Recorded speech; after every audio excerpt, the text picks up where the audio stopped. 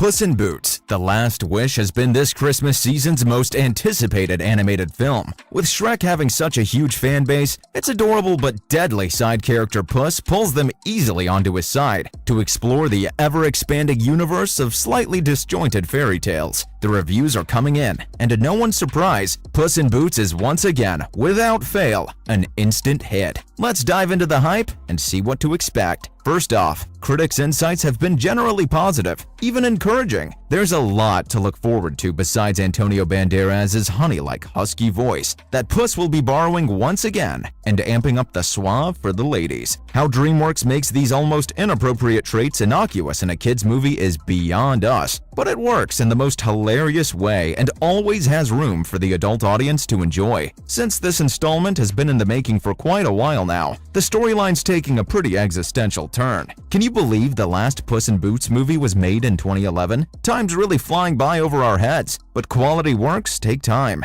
The cast's amazing, consisting of voices equally personality-fueled as Banderas's, such as Selma Hayek, Florence Pugh, and Olivia Colman. Apart from the familiar old faces, we'll be seeing some new ones as well, ones who will really alter the course of Puss's life for the better. Critics are also raving about the seemingly new and distinct style of animation that this movie used, and it's evident from the trailer that not everything looks as familiar as the previous movies, yet the effects, visual diversity, and comic-like approach to animation have been praised a lot since it fits the humorous storyline. The dialogues also haven't lost their charm over the years. The Shrek franchise, and Puss in Boots by extension, are known to be some of the very few films that don't decline in quality after the first movie. It's hard to meet expectations when one or more movies do so well, so it makes sense why DreamWorks took its time with this one. Up next, DreamWorks' best film yet, visual innovation leaving audiences stunned. While our next focus should be on whether we'll catch Puss doing his cutesy face again, we really need to get talking about the upgrade on the art and animation style. For any reassurance needed, Puss is still reckless as ever in this movie, if not more, and there's no shortage of hilarious scenes to either give you secondhand embarrassment or endless snorts. From the trailer itself, we could see that it's a glaring reminder of the complex animation of the Spider-Verse series. The 2D elements rendered into 3D add much more depth to the environments and their colors. The way certain actions produced reactions that would normally remain in audio before now have visual depictions to better capture the intensity. Let's not forget the stunning, sprawling landscapes that we get to see this time. Most of the scenes in the trailer itself look straight off a concept artist's table, without compressing any elements from their ideas. The still painting-like background stands starkly in contrast to the action-packed foreground, and we think this was an extremely strategic move on part of the visual directors, because there's only so much focus audiences would be able to keep in a setting that felt new and still potentially foreign to digest. Visually, this looks like a great movie for all kinds of kids, even the rowdy ones that can't sit still. DreamWorks has really been looking into telling deeper stories. With the hard-hitting theme that lies beneath the comedic surface of the film, Puss in Boots covers a lot of ground on topics that both kids and adults could learn from.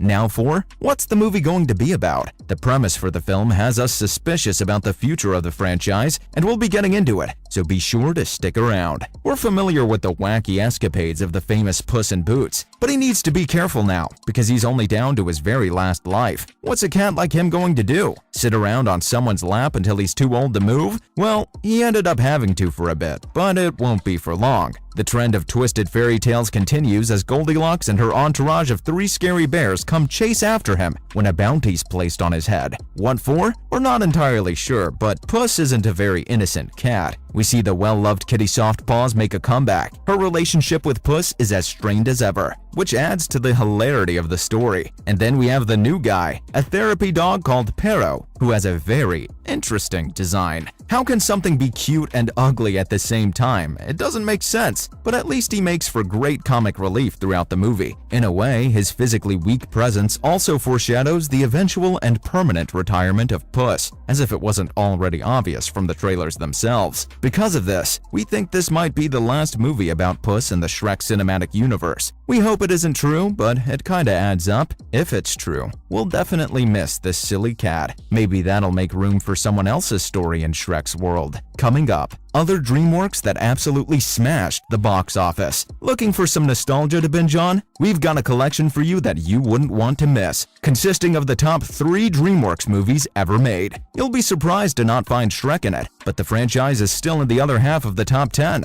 so there's no disrespect for the ogre here. Without further ado, let's get into it. Let's look at number 3, How to Train Your Dragon 2. The first movie was a killer hit, and the second was no different. If anything, it really set the standard for how franchises were supposed to be working in the first place, something the industry forgets often as they chase the hype of the first movie to bank on. While the second movie stays unique in its story, it expands on the pre-existing environments to better solidify the world building, which probably led to the attraction of a much bigger fan base than before. The animation was stunning, the landscapes were breathtaking, and the story was downright emotional. Imagine finding your mother after thinking she was dead this whole time. Now imagine finding your wife 20 years after she gave birth and mysteriously disappeared. How Stoic kept it together is beyond me, and he made the reunion so romantic too. Setting up really high expectations there, Chieftain. If anything made it even more emotional, the movie killed off Hiccup's dad. Now that we think about it, this movie was pretty heavy. Why was this targeted at teenagers? This movie had adults sobbing, but that would mean we're assuming that younger people don't deal with heavy stuff. Knowing this generation, they've put up with enough and can use the emotional catharsis this film provides. It truly is a great movie and franchise overall to escape into. That aside, all the flying and the way the camera moves during those scenes really creates an amazingly immersive experience, and it's especially fun for those with really big screens too. Movies like these deserve plenty of rewatches because there are so many lessons to take away. Up next at number 2, Kung Fu Panda. Listen, we're just going to put the whole franchise on here because 1. Who doesn't love Jack Black? And 2. Who doesn't love pandas? Oh, also, who doesn't like noodles? And martial arts? It's a lot of great things in one place, and these don't even account for half of what makes the movie so great. We're talking about beautiful, diverse, and fantastical Chinese landscapes. To top it all off, we think it might be the most body-positive and inclusive movie we know, regardless of it having animals as characters. The Iron Fist tigress with a secretly soft heart? Admit it, we all had a crush on her. Even the girls. The cute and preppy viper with her adorable lily buns and sharp eyes, the no BS mantis with the occasional funny side, ever-anxious crane who probably would have been a total geek as a human, and Big Brother Monkey made an amazing ensemble of fighters who really held each other up with their distinct personalities and fighting styles. Poe's story's a fantastic one,